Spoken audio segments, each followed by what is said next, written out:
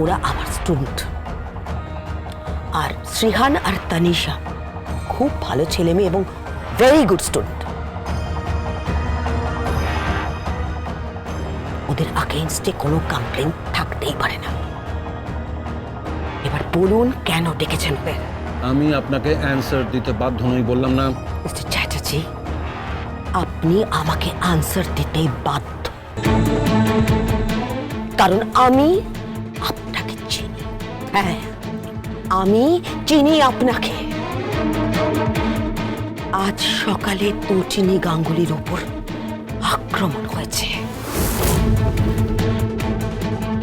প্রাণঘাতী হামলা হয়েছে, তাই না? কে বললো তোমাকে এটা? কে বললো তোমাকে এই কথাটা? কে বললো তোমাকে এই কথাটা? আমি।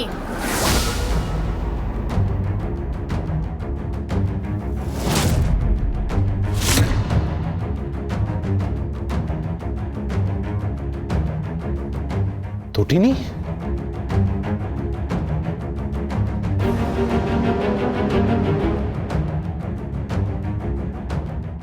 হ্যাঁ, আমার সন্দেহ হয়েছিল যে র্যাকেটটা কাজ করছে, তার মাথার ওপরে কেউ আছে।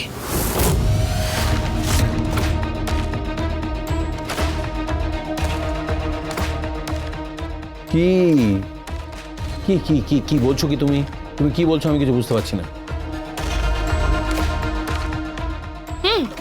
সন্দেহ হয়েছিল।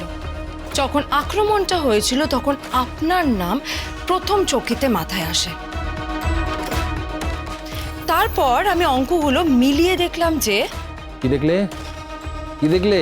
যে আমার 4টে গুন্ডার সঙ্গে কি করে লড়াই করলে? কি দেখলে যে আমার 4টে গুন্ডা ওখানে গুলি খেয়ে পড়ে আছে? হোয়াট? হ্যাঁ, আমি কাউকে গুলি করিনি। আমি কাউকে মারতে পারি না, কারণ আমি ফায়ার আর্মস ইউজ করতে পারি না।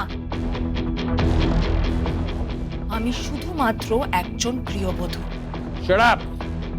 Just shut up! অনেক নাটক হয়েছে তোমার। প্লিজ এখানে কোনো সিন ক্রিয়েট করবেন না।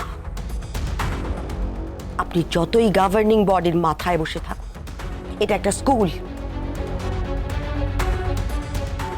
এখানে স্টুডেন্টদের সামনে আপনি কি এক্সাম্পল সেট করছেন? মিস্টার চ্যাটার্জি, আপনি প্লিজ এখান থেকে চলে যান। যাব, কিন্তু আমি ওদের সঙ্গে কথা বলবো। কি কথা বলবেন?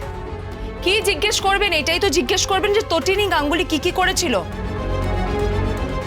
আমাকে জিজ্ঞেস করুন, আমি আপনাকে বলছি। আমি আমার 2 সন্তানকে নিয়ে অটোতে উঠি। সেই অটোওয়ালা আমার দিকে রিভলভার তাক করে। তারপর একজন মা হিসাবে আমার যেটা ঠিক মনে হয়েছে, আমার সন্তানদের প্রোটেক্ট করার জন্য, ওদেরকে বাঁচানোর জন্য আমি সেটাই করেছি। আপনার মা থাকলেও না সেটাই করতেন।